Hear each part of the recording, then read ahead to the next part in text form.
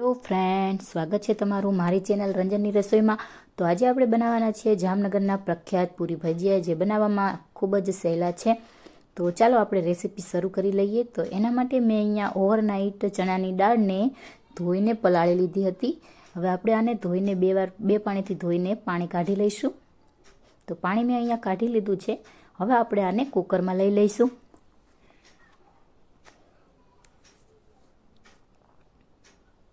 આપણે દાળ બાફવામાં થોડા મસાલા એડ કરી દેવાના છે અને અડધા મસાલા દાળ વઘારતી વખતે એડ કરશું। તો અહીંયા 2 ગ્લાસ જેવું મેં પાણી એડ કર્યું છે।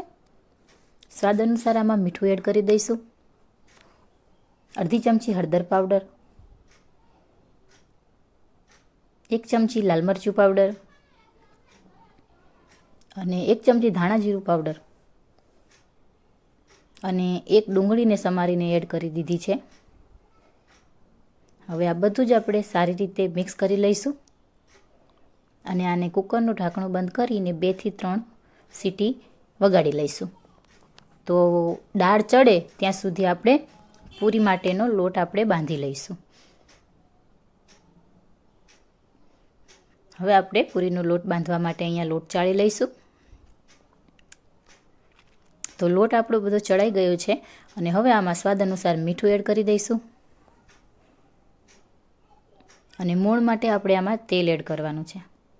તો મેં અહીંયા 2 પડી જેવું તેલ એડ કર્યું છે। હવે આ બધું જ સારી રીતે મિક્સ કરી લઈશું।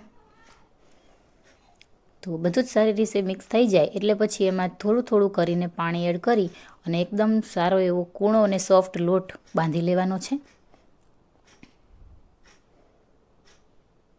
તો લોટ આપણો બધો સારી રીતે ભેગો થઈ ગયો છે। હવે આપણે આને મુઠ્ઠીની મદદથી આ રીતે તમે જોઈ શકો છો, આ રીતે મુઠ્ઠીની મદદથી આપણે લોટને સારી રીતે મસળી લેવાનો છે। આ રીતે લોટ મસળવાથી આપણી પૂરી એકદમ સોફ્ટ અને ફૂલેલી બનશે। તો લોટ સારી રીતે મસળાઈ ગયો છે। હજી આને એકવાર 1 ચમચી જેવું તેલ એડ કરી અને આને સારી રીતે ફરી એકવાર મસળી લઈએ। તો તમે જોઈ શકો છો આપણો લોટ સારી રીતે મસળાઈ ગયો છે। હવે આને આપણે 10 મિનિટ માટે ઢાંકીને રેસ્ટ પર મૂકી દઈશું। તો આને ઢાંકી લઈએ અને સાઈડમાં કરી અને આપણે આપણા ડુંગળીના ભજીયા માટેનું બેટર તૈયાર કરી લઈશું। તો ડુંગળીના ભજીયા માટે મેં અહીંયા 1 વાટકી ડુંગળી સમારીને લઈ લીધી છે। એમાં સ્વાદ અનુસાર મીઠું એડ કરશું, અડધી ચમચી હળદર પાવડર, અડધી ચમચી ધાણા જીરું પાવડર અને અડધી ચમચી લાલ મરચું પાવડર અને થોડીક કોથમીર ઉપરથી એડ કરી દઈશું। 1 લીલું મરચું ઝીણું સમારીને એડ કરી દઈશું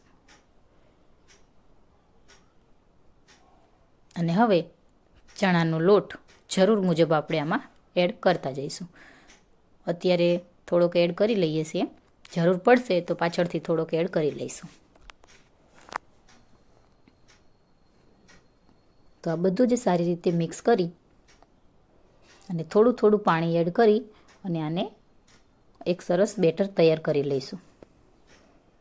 તો બેટર આપણે બહુ પાતળું નથી રાખવાનું કે નથી બહુ જાડું રાખવાનું, આપણે આમ ભજીયા મૂકીએ અને પડે એ રીતના બનાવવાનું છે।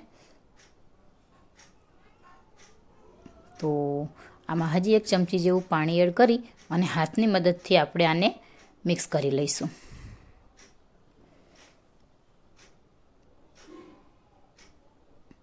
હજી થોડુંક ઘાટું છે, જાડું છે, તો 1 ચમચી જેવું પાણી એડ કરીને મિક્સ કરી લઈએ। તો હવે આપણું બેટર એકદમ રેડી થઈ ગયું છે। તો આપણે હવે આપણી દાળ જોઈ લઈશું, દાળ પણ આપણી ચડી ગઈ છે કે નહીં। તો કુકરને ઠંડુ કરી લીધું છે। તો તમે જોઈ શકો છો કે દાળ પણ એકદમ સરસ રીતે આપણી ચડીને તૈયાર થઈ ગઈ છે।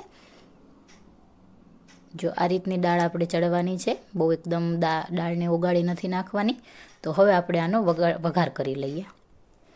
તો તેલ ગરમ થઈ ગયું છે, એમાં અડધી ચમચી જેવું જીરું એડ કરી હવે એક લીલી મરચી એડ કરી દઈશું, મીઠા લીમડાના પાન એડ કરી દઈશું અને થોડીક ડુંગળી એડ કરી દઈશું। હવે આ બધું જ સારી રીતે સાંતળી લઈશું। તો ડુંગળીનો કલર ચેન્જ થાય ત્યાં સુધી આને સાંતળવાની છે. તો તમે જોઈ શકો છો કે ડુંગળીનો કલર સરસ રીતે ચેન્જ થઈ ગયો છે. હવે આપણે આમાં મસાલા એડ કરશું. મસાલા આપણે દાળ બાફતી વખતે એડ કર્યા હતા એટલે એ પ્રમાણે એડ કરશું. તો અડધી ચમચી હળદર પાવડર, અડધી ચમચી ધાણા જીરું પાવડર અને અડધી ચમચી લાલ મરચું પાવડર એડ કરીને સારી રીતે મિક્સ કરી લઈશું. તો ચટણી તમે અહીંયા વધારે ઓછી કરી શકો છો. હવે આપણે એમાં આપણી બાફેલી દાળને એડ કરી દઈશું.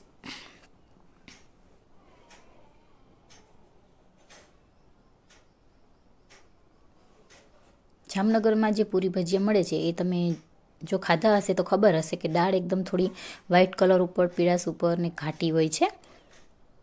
એમાં ટમેટું કે એવું કંઈ એડ કરવામાં નથી આવતું. તો આ રીતના વઘારશો ને તો બહાર જેવો સ્વાદ આવશે. તો દાળ આપણી એકદમ તૈયાર થઈ ગઈ છે. હવે આપણે આમાં બહાર જેવા સ્વાદ માટે બેસનની આટી એડ કરવાની છે. આ ઓપ્શનલ છે, જો તમે નહીં નાખો તો પણ દાળ એકદમ સરસ અને બહાર કરતાં પણ સ્વાદિષ્ટ પૂરી ભજીયા બનશે. પણ જો આને બહાર જેવો જ સ્વાદ જોતો હોય તો આને એડ જરૂર કરજો. તો હવે થોડું પાણી એડ કરી લઈએ, કેમ કે આપણી દાળ હજી ઉકળશે. જો ઉકળશે તો વધારે જાડી થઈ જશે. તો આપણે પાણી નાખી થોડી પાતળી કરી લઈએ અને પછી એને 2 મિનિટ માટે ઉકાળી લઈશું. તો આ સમયે આપણે દાળને થોડીક ચાખી લેવાની છે કે મીઠું જો ઓછું લાગે તો આપણે એમાં એડ કરી લઈશું. તો હવે આને આપણે ચાખી લઈએ. તો હવે આપણે આને ચાખી લઈશું.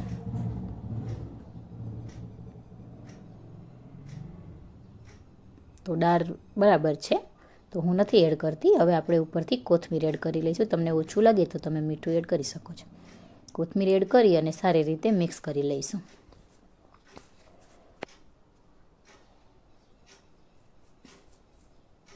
તો આપણી દાળ સરસ રીતે થઈ ગઈ છે.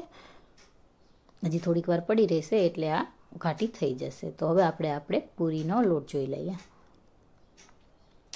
તો લોટ પણ આપણો સરસ સોફ્ટ અને કૂણો રેડી થઈ ગયો છે. હવે આપણે આમાંથી લુવા બનાવી લેવાના છે. લુવા આપણે મીડિયમ સાઇઝના નાના નાના બનાવશું.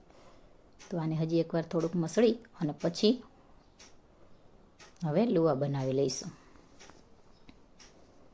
તો લુવા આ રીતના પૂરી માટે નાના નાના લુવા બનાવવાના છે અને આ રીતે બધા જ લુવા તૈયાર કરી લઈશું. તેલ લગાવી અને પછી પૂરી વણી લઈશું.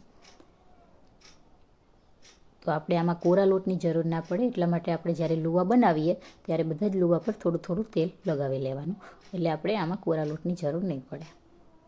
તો આ રીતના આપણે બધી જ પૂરીને વણી લેવાની છે. પૂરી આપણી બધી વણાઈ જાય ત્યાં સુધી તેલ પણ આપણે ગરમ કરવા મૂકી દીધું છે અને હવે આપણે એમાં ભજીયા તળી લઈશું. ભજીયા આપણે પહેલાં જ તળી લેવાના છે અને પૂરીને આપણે પાછળથી તળશું, કેમ કે પૂરી આપણે ગરમા ગરમ જોશે. ભજીયા થોડા ઠરી જશે તો ચાલશે, કેમ કે આપણે ભજીયાને આપણે પૂરીની અંદર ભરવાના છે. જો સેજ આમ જારો ઓડાડશો એટલે ભજીયા આપણા ઉપર આવી જશે.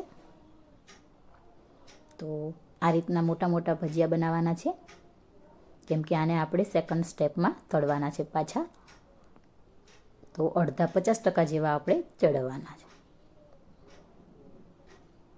તો તમે જોઈ શકો છો કે આપણા ભજીયા તળાઈ ગયા છે 50% જેવા. હવે આપણે આને કાઢી લઈએ બહાર.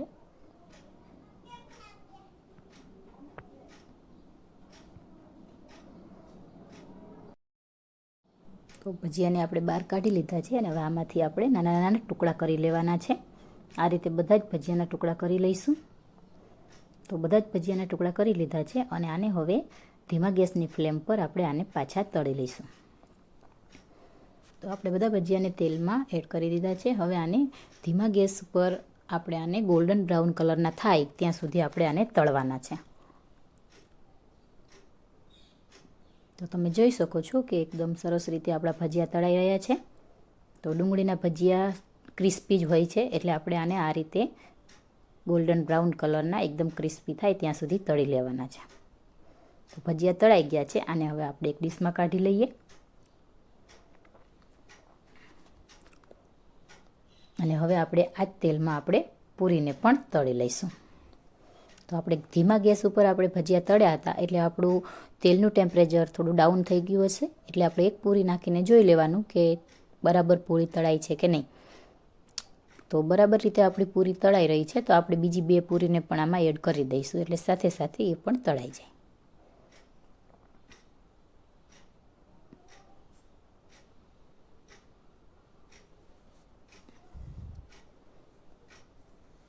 ગેસને પણ થોડોક ફૂલ કરી લઈશું.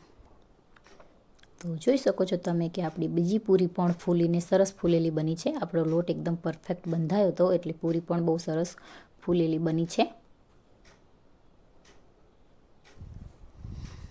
તો આપણી પૂરી તળાઈ ગઈ છે અને આને હવે બહાર કાઢી લઈશું અને આ જ રીતના બધી જ પૂરીને આપણે તળી લેવાની છે. તો લઈ લઈએ આને એક ડીશમાં. તો જોઈ શકો છો કે પૂરી પણ આપણી બધી તળાઈ ગઈ છે. તો પૂરી ભજીયાની દાળ આપણી રેડી થઈ ગઈ છે. હવે આપણે એને સર્વ કરી લઈએ. તો સર્વ કરવા માટે મેં અહીંયા એક ડીશમાં પૂરીને આપણે આ રીતે થોડી થોડી દબાવીને લેવાની છે. તો હવે આપણે આની અંદર ડુંગળીના ભજીયા એડ કરશું.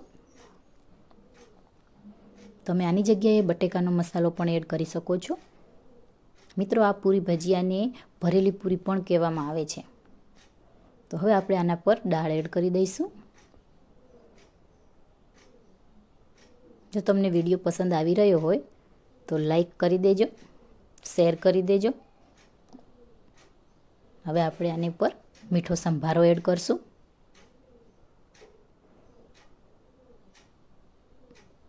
હવે આપણે તીખો સંભારો એડ કરશું.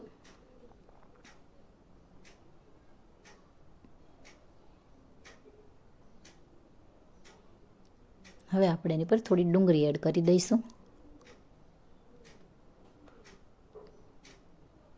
અને હવે રાયતા મરચાં એડ કરી દઈશું.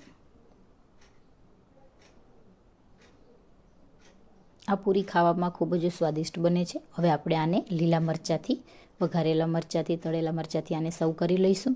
તો મિત્રો, આ રેસીપી તમારા ઘરે જરૂરથી ટ્રાય કરજો. તમારા ઘરમાં બધાને ખૂબ જ ભાવશે અને કમેન્ટ કરીને જણાવજો કે તમને આ પૂરી ભજીયા કેવા લાગ્યા.